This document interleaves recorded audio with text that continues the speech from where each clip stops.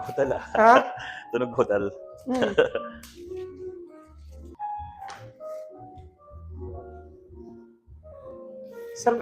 Sir Boy, parang ilan taon ka na nga sa akin? May 3 years na.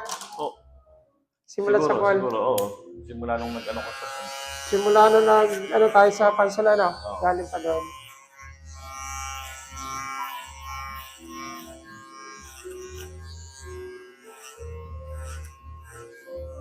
Yung ulo mo wala pa. Wala pa akong dito.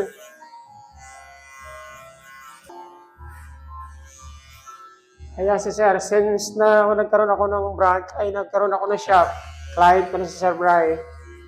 Napaka-loyal, marami nang hinakot na kliyente sa akin.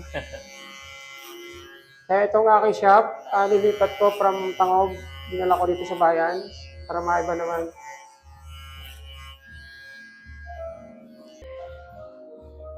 Yan, pugi-pugi lang, nakita niyo sa video talagang dumata.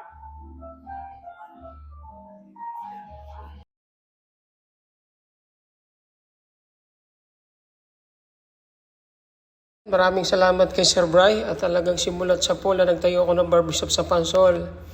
Hanggang sa nagkaroon ako ng branch, nandito pa rin sa akin si Sir Bry, napaka-loyal. Ang dami ko na utang kasi si Sir Bry, marami siyang recommendation from galing San Antonio, Quezon. Kaya binabawi-bawi ko na lang sa massage. At talagang si Sir nakakatuwa din at napakabait. Kaya Sir Bry, maraming salamat sa iyo.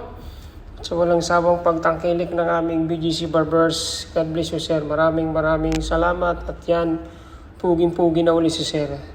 Binabawi ko na lang sa massage siya kasi sinisigo ko yung shoulder ni Sir dahil nga patigas ang shoulder.